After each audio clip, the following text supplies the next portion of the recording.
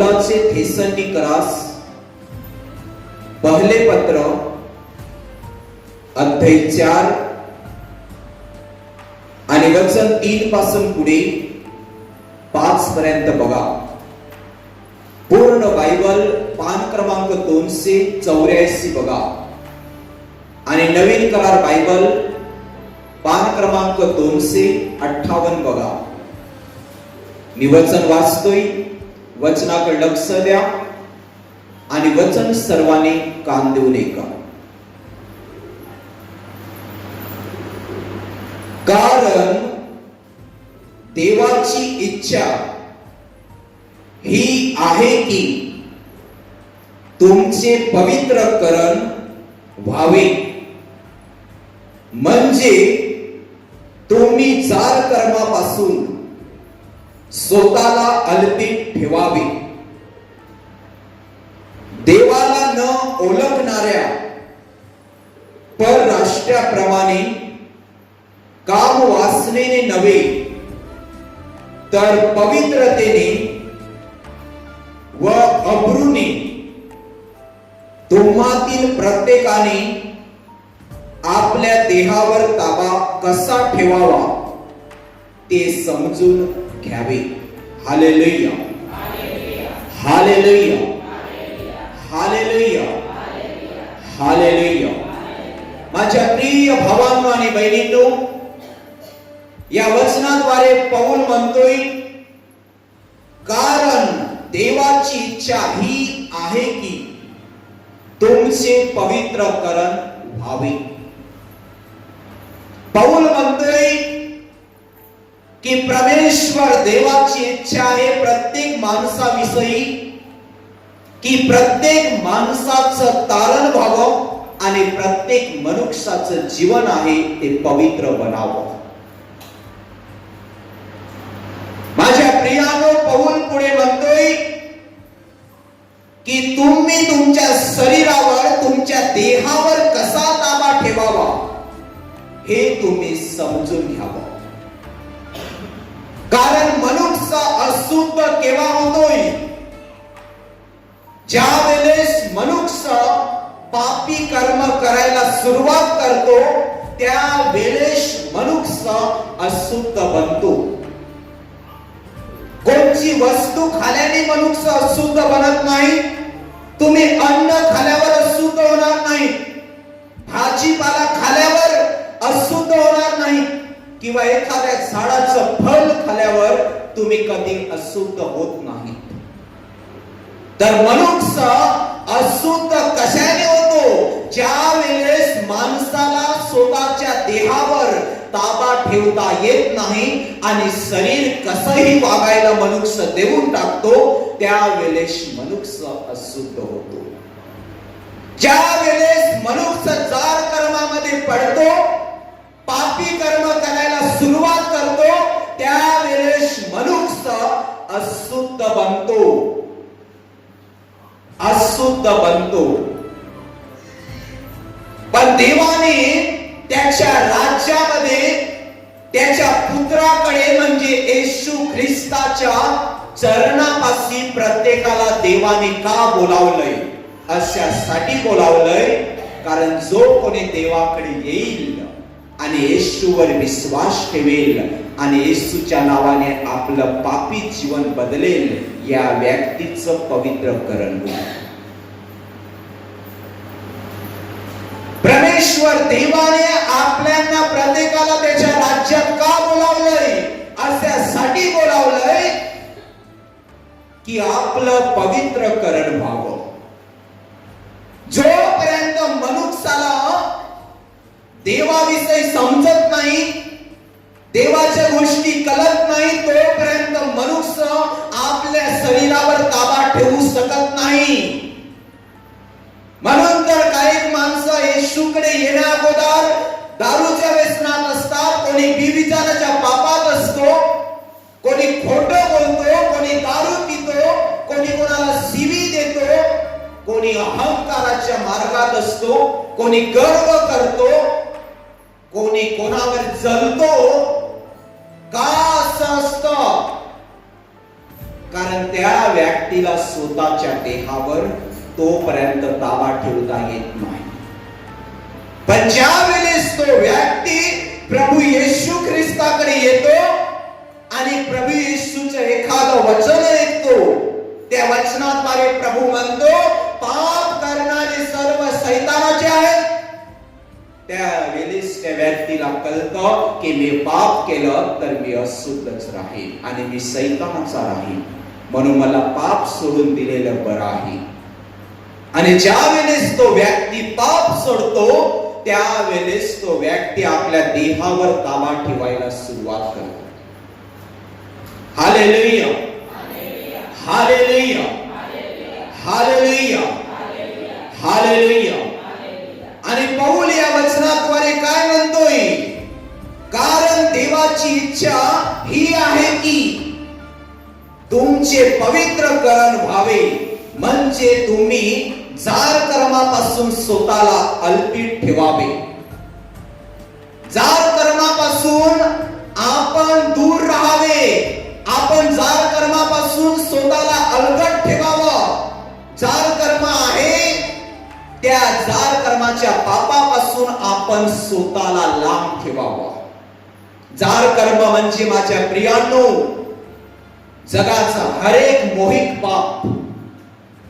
आपण शरीराने एखाद्या गोष्टीची लालसा करतो आणि शरीरातली जेव्हा लालसा करतो तेव्हा स्त्रीचं मन किंवा पुरुषाचं मन कुठे पण धावतं. एखाद्या स्त्रीने लग्न केलेलं आहे आणि लग्न करून तिला 2 बालक झालेले आहेत, पण तरी देखील ती बहीण, ती स्त्री आज पण एखाद्या पुरुषाच्या पापात पडून जार कर्म करत असेल तर या स्त्रीने स्वतःच्या शरीरावर आजपर्यंत ताबा ठेवलेला नाही. तुमच्यात एखादा बंधू स्वतःची बायको असून पण स्त्रीच्या मागे लागत असेल, पण स्त्रीकडे काम वासनेने नजर टाकत असेल, पापी मनाने वाईट नजर टाकत असेल, तर या व्यक्तीने आजपर्यंत आपलं शरीर पापापासून जार कर्मापासून दूर केलेलं नाही. आणि तुम्ही येशूवर किती विश्वास करा, काही लोक मुलात ख्रिश्चन असतात, काही लोक मुलात पैदा झालेले असतात ख्रिस्तामध्ये, पण जर ती लोक स्वतःच्या शरीरावर ताबा ठेवू शकत नसतील तर त्यांना आजपर्यंत काही कळलेलं नाही की देव त्या व्यक्तीला पवित्र होण्यासाठी बोलवत आहे. हे त्याला कळलेलं नाहीये. यामुळे तो व्यक्ती ख्रिस्तामध्ये असून पापात आहे, तो पाप करत आहे, तो शरीराने जार कर्म करत आहे, शरीराने विविचार करत आहे, शरीराने अहंकार करत आहे, शरीराने गर्व करत आहे, चेहऱ्याने घमंड करत आहे. तो व्यक्ती घमंडी का आहे त्याला कळलेलं नाहीये की देवाने मला जार कर्म सोडून देण्यासाठी त्याच्या राज्यात बोलावलेलं आहे. हे कळलेलं नाहीये, म्हणून त्या व्यक्तीला जगाचे आज पण मोह आहेत. जसं जग चालतं, जसं जगातला कोणता व्यक्ती पापात जगतो, तसाच एका ख्रिस्तातला व्यक्ती पण जगण्यासाठी सुरुवात करतो. या माणसाला आज पण कळलेलं नाही, तो देवामध्ये असून पण, की तुला पवित्र होण्यासाठी देवाने बोलावले. जर तुला हे कळलं असतं ना तर तू देवामध्ये असताना तुझे लाईफ तू जगापासून अल्पित केली असतीस, जगापासून दूर केली असतीस. हालेलुया. जगामध्ये कशा प्रकारे जीवन चालत आहे तुम्हाला माहित आहे? जो जार कर्माच्या पापात आहे तो व्यक्ती शरीराने नटतो काय, शरीराने रंगीनपणा काय करतो, तिचे केस कसे की उकलते, घुमते. एखाद पुरुष आहे, तो पुरुष जगाचे रीतिरिवाजाने चालताना आज अशी फॅशन आले की फाटलेले पण पॅन्टी वापरत आहेत आणि त्यांना वाटतं मी बरोबर करतोय. बायबल म्हणतं तुझं शरीर तू सांभाळावं, चार कर्मात जाऊ देऊ नकोस. जर कोणाचं शरीर उघडं नाट्य राहत असेल तर त्या स्त्रीला कळलं पाहिजे, तू ज्या वेळेस साडी वापरतेस, वेसनाच्या पापात पडू नये आणि तुला एखाद्या पुरुषाने पाहून त्याची वाईट नजर तुझ्यावर येऊ नये, म्हणून तुला शोभेल आणि पटेल अशी जिंदगी तू जगली पाहिजे. आणि पुरुष लोकांनो तुम्ही पण, कारण पौल या वचनात पुढे काय म्हणतो, वासनेने नव्हे तर पवित्रतेने व अब्रूने तुम्हातील प्रत्येकाने आपल्या देहावर ताबा ठेवावा. अब्रूने, अब्रू म्हणजे काय, लाज. पण आजच्या काळामध्ये लोकांना लाज कुठे आहे लाज नाही. म्हणून आज तुम्ही इथे तुमच्या डोक्यावर आच्छादन घातलेलं आहे पुरुषाचा मान म्हणून, पण घरी कसे राहता माहित आहे, एखाद्या स्त्रीला परकोलवर पण राहायची पक्की आवड आहे. अरे बाई, तू परकोलवर राहतेस ना, त्यावेळेस तू अब्रूने वागत नाहीयेस, तुला लाज नाहीये, तुला शरम नाहीये. देवाने तुला तुझा देह अब्रूने ढाकायला सांगितलेला आहे.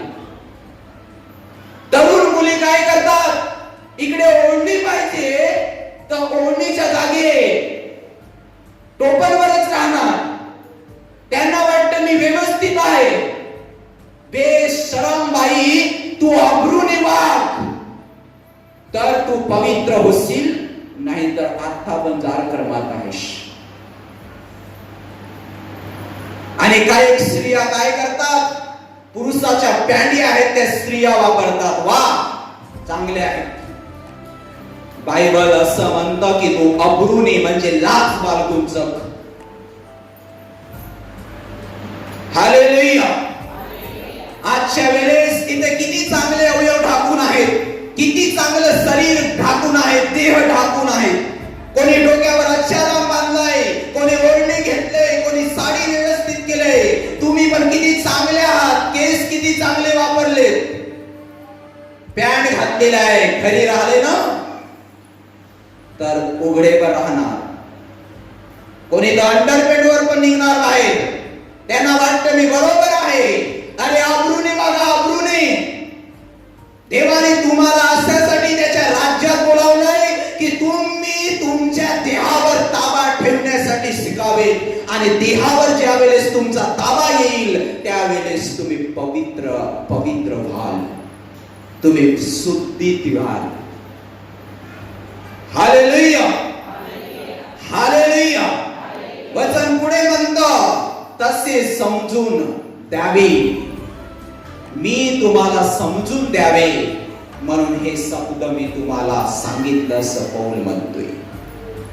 आणि आज मी पण तुम्हाला हे समजवतोय या वचनातून की स्वतःचा देह जर कोणी चांगल्या अब्रूने ढाकत नसेल तर तो व्यक्ती आज पण माझ्या प्रियांनो अशुद्ध करण्यात आहे.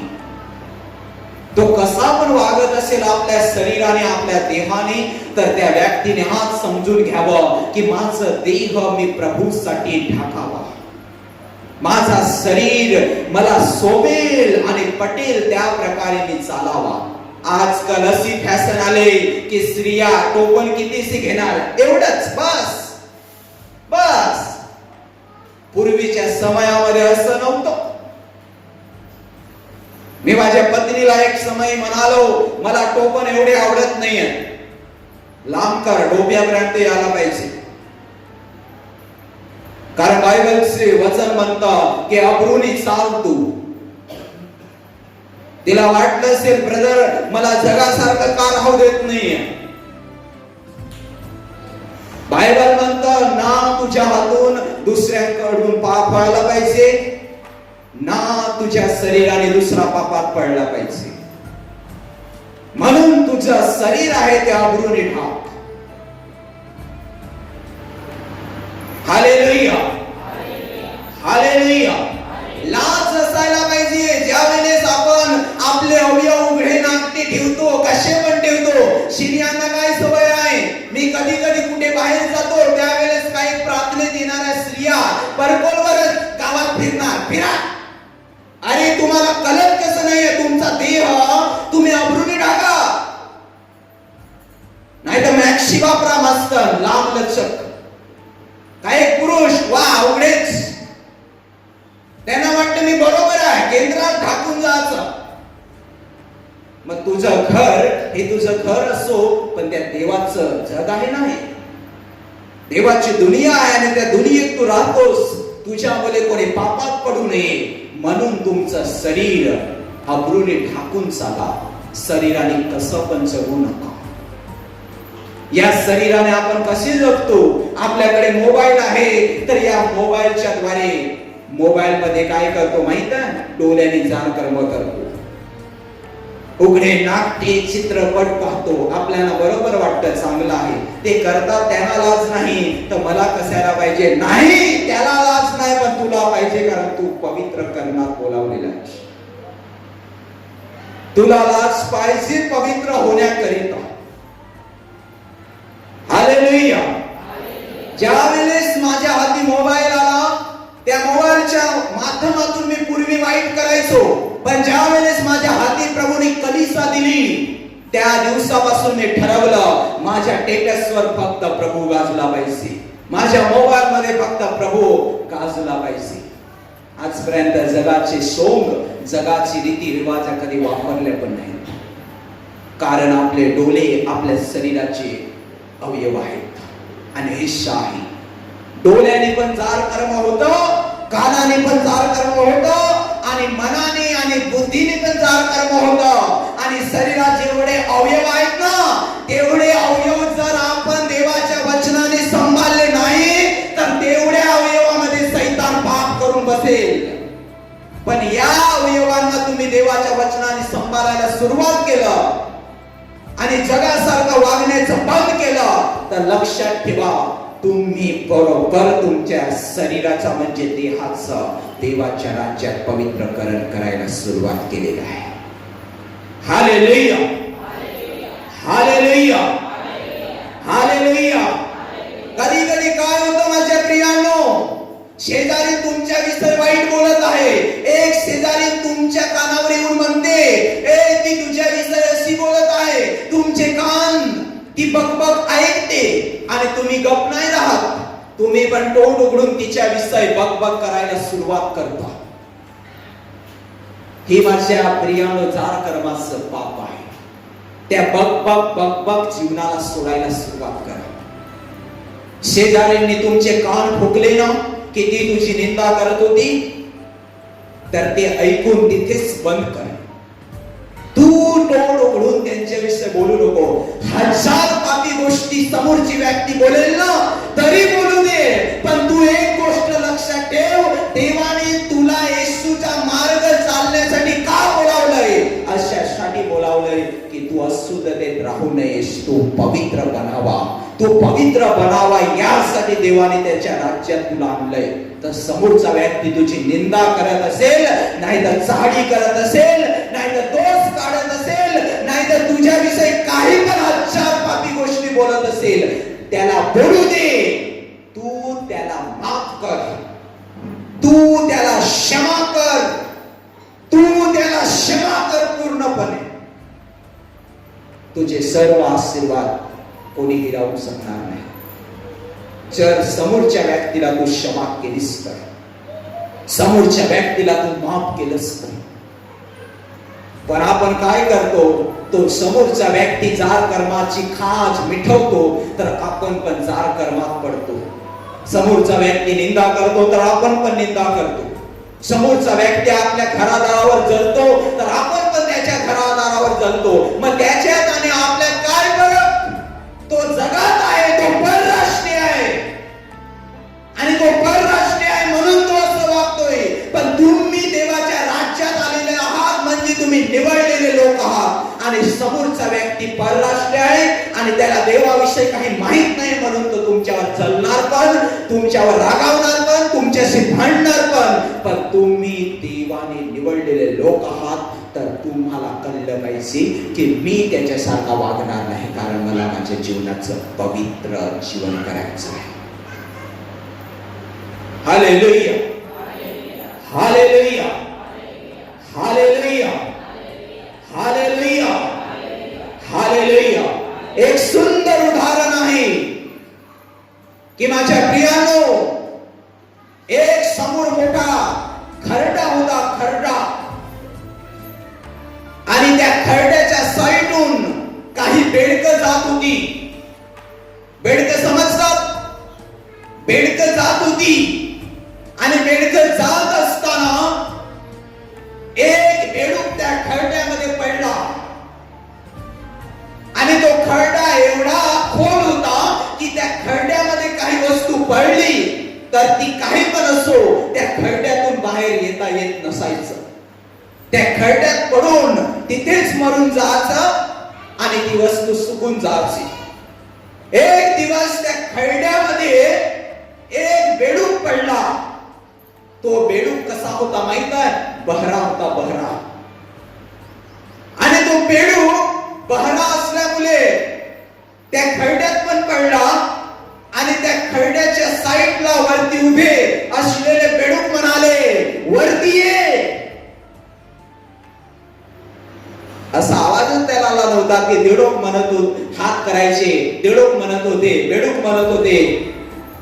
पण ते वरती असलेले बेडूक म्हणत होते, या खरड्यातच आता तू मरून जाशील. पण हा खरड्यात पडलेला बेडूक एक बहरा असल्यामुळे दुसऱ्या बेडकांची त्यांना हात दिसत होते आणि त्याला असं वाटत होतं की हे मला वरती यायला सांगत आहे. पण सत्य पाहिलं तर आवाजच त्याला येत नव्हता, फक्त हाताचा इशारा तो पाहत होता. आणि बाकीचे बेडूक वरती होते ते काय करत होते? हाताचा इशारा करून दाखवत होते, असे करत होते. त्या बहऱ्या बेडकाला वाटलं की हे मला बोलवत आहे आणि हा बहरा बेडूक एक उडीश वरती येऊन बसला. एक उडीश वरती येऊन बसला. त्यावेळेस त्या बेडकाला म्हणाले ते बेडूक, अरे या खड्ड्यात कोणी पडलं ना तर त्याला निघताच येत नाही. त्यावेळेस तो बेडूक त्यांच्याशी काही न बोलता तो पुढे गेला.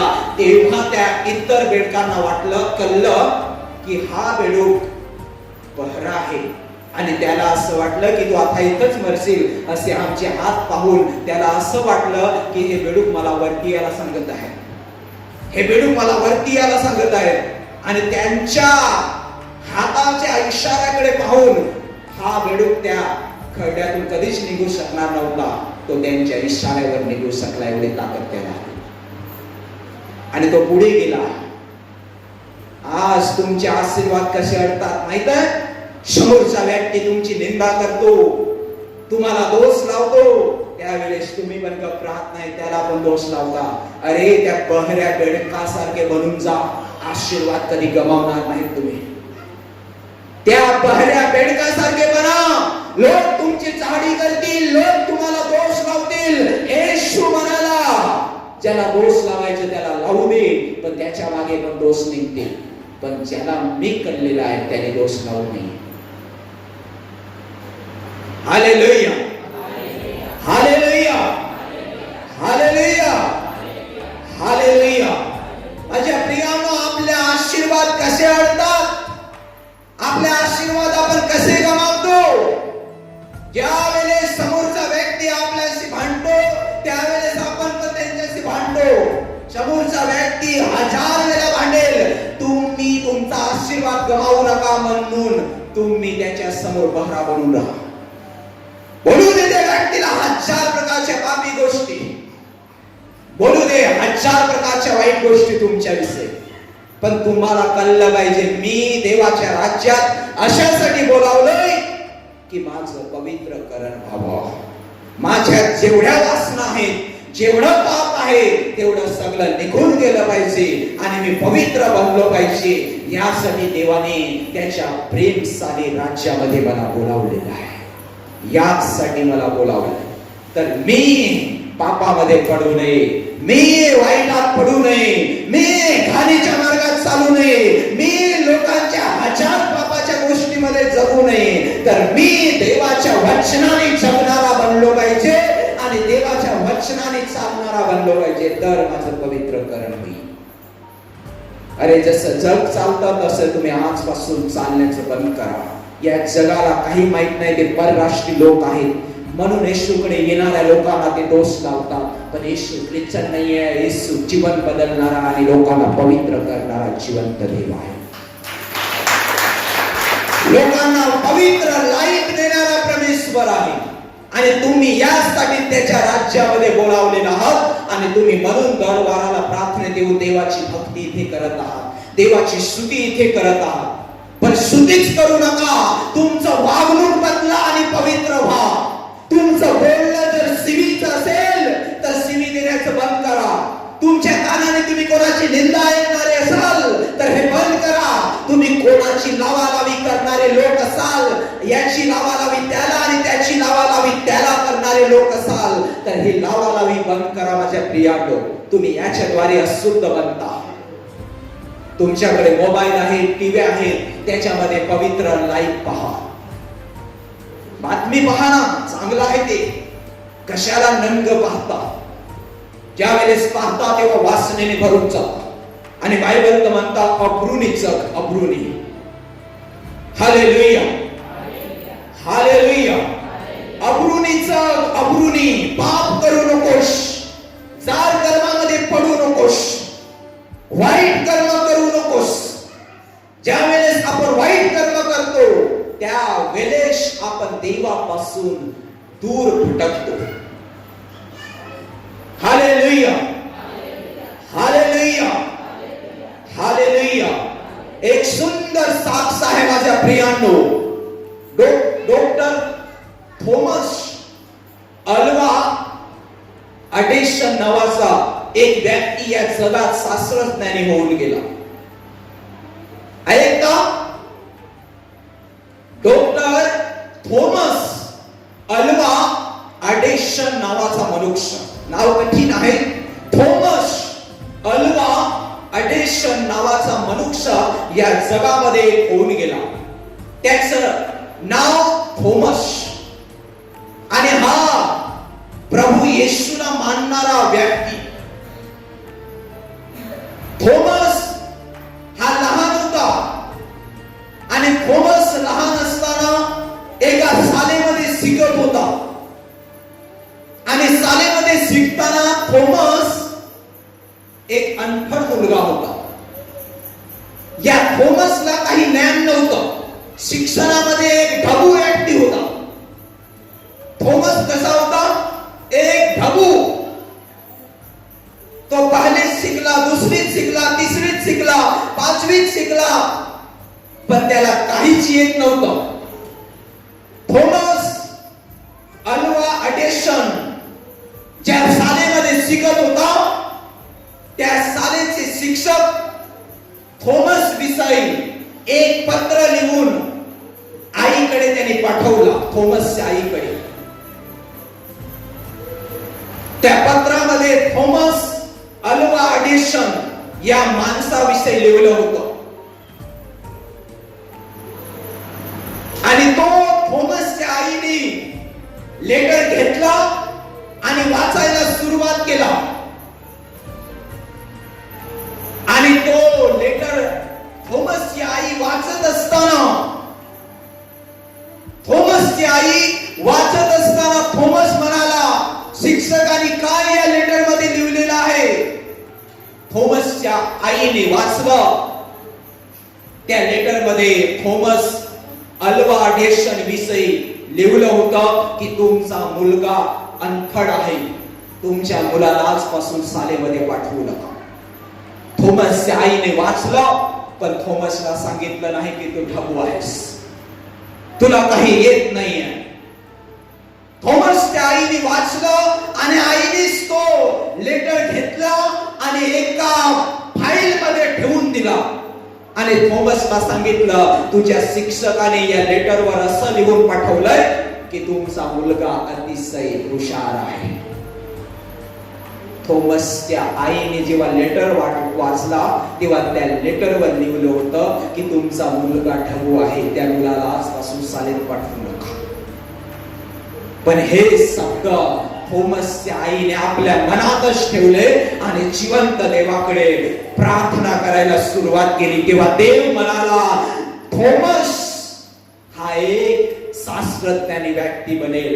म्हणून हे बाई, तुझ्या मुलाला तुझ्या घरीच शिकवायला सुरुवात कर आणि माझ्याकडे तुझ्या मुलासाठी एक मोठी प्रार्थना कर. या अनफड मुलाला पण मी एक दिवस शिकलेला करेन.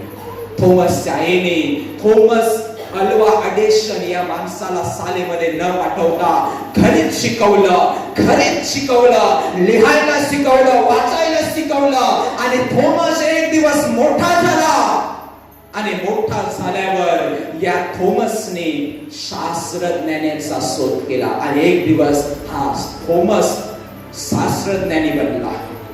आणि पहिला आविष्कार या थॉमसने या जगामध्ये मोठ्या रीतीने केला तो आहे अशा बल्बाचा आविष्कार.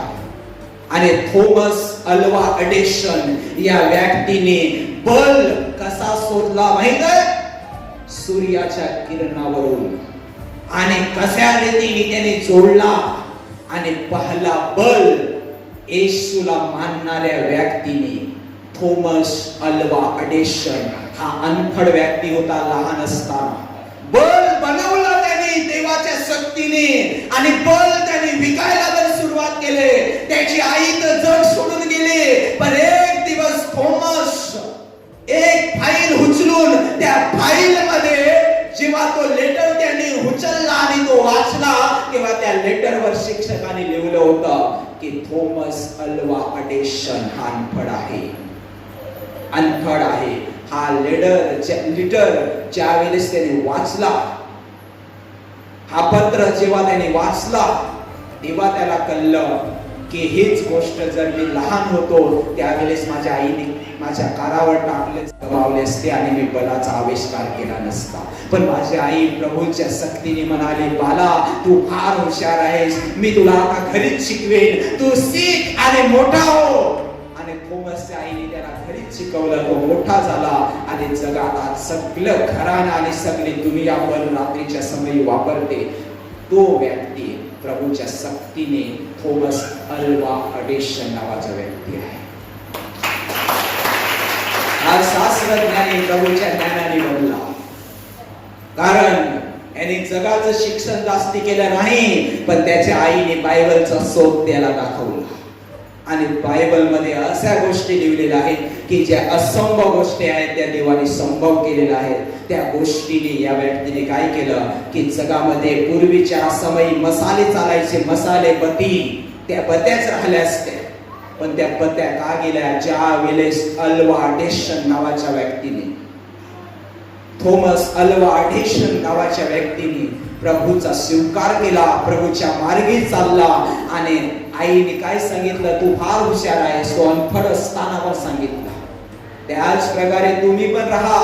तुमच्या विषयी कोणी वाईट बोलेल ना, तुम्ही त्याला कधी वाईट सांगू नका, त्याला चांगले सांगा, चांगले सांगा. तुम्ही कधी मागे राहणार नाही. थॉमस अल्वा एडिसननी बलाचा शोध काढला. तुम्ही बलाचा शोध काढणार की नाही, पण मी तुम्हाला जरूर सांगतोय की देवाच्या राज्यात देवाची आज्ञा पाळली तर तुमचं स्वतःचं पवित्रकरण जरूर करा, पवित्रकरण जरूर करा. Hallelujah, hallelujah, hallelujah. म्हणून माझ्या प्रियांनो, आपल्या देहावर ताबा ठेवायला सुरुवात करा. आपलं देह कसंही वागायला जगात देऊ नका. आपण ज्या वेळेस आपल्या शरीराने कसे पण वागतो, कसे पण जगतो, त्यावेळेस आपली पाप होतात आणि पापामुळे आपण अशुद्ध बनतो. आणि देवाने त्याच्या राज्यामध्ये आपल्याला का बोलावलंय? अशासाठी बोलावलंय की आपलं पवित्रकरण व्हावं, आपलं शुद्धीकरण व्हावं, आपण स्वच्छ व्हावे. कशाने? देवाच्या वचनाने आणि देवावर विश्वास करून, देवाकडे पापाची क्षमा मागून, देवाच्या रक्ताने आपण पवित्र व्हावे. यासाठी देवाने त्याच्या राज्यात आपल्याला बोलावलंय. म्हणून तुम्ही पापामध्ये जगू नका, वाईट गोष्टी सोडून द्या आणि शरीर कसंही जगायला देऊ नका. तुमच्या शरीराने पवित्र लाईफ जगा. घरी जगताना पण चांगले जगा, शिवी बिवी कोणाला देऊ नका. आणि शरीर उघडं नाकटं कसं पण वापरू नका. चांगलं ठेवा आणि चांगलं जपा. आपल्या शरीराला बेअब्रूनी जपा, अब्रूनी जपा. हालेलुया. आणि आपल्याकडे काही वस्तू आहे, मोबाईल आहे किंवा काय आहे, ते पण व्यवस्थित ठेवा. कसेही जगू नका. कसेही जगायला तुम्ही लागला तर एक दिवस तुम्ही अशुद्धते मुले स्वतःचा नाश कराल नरकाच्या राज्यात. म्हणून देवाच्या राज्यात तुम्ही आलेला आहात तर पवित्र बना, म्हणजे तुम्हाला स्वर्गात जाण्याची आशा राहील आणि तुम्ही स्वर्गात पण जाल आणि जिवंत देवाच्या पवित्र स्वर्गात तुम्ही पवित्र बनून राज करा. Hallelujah, hallelujah.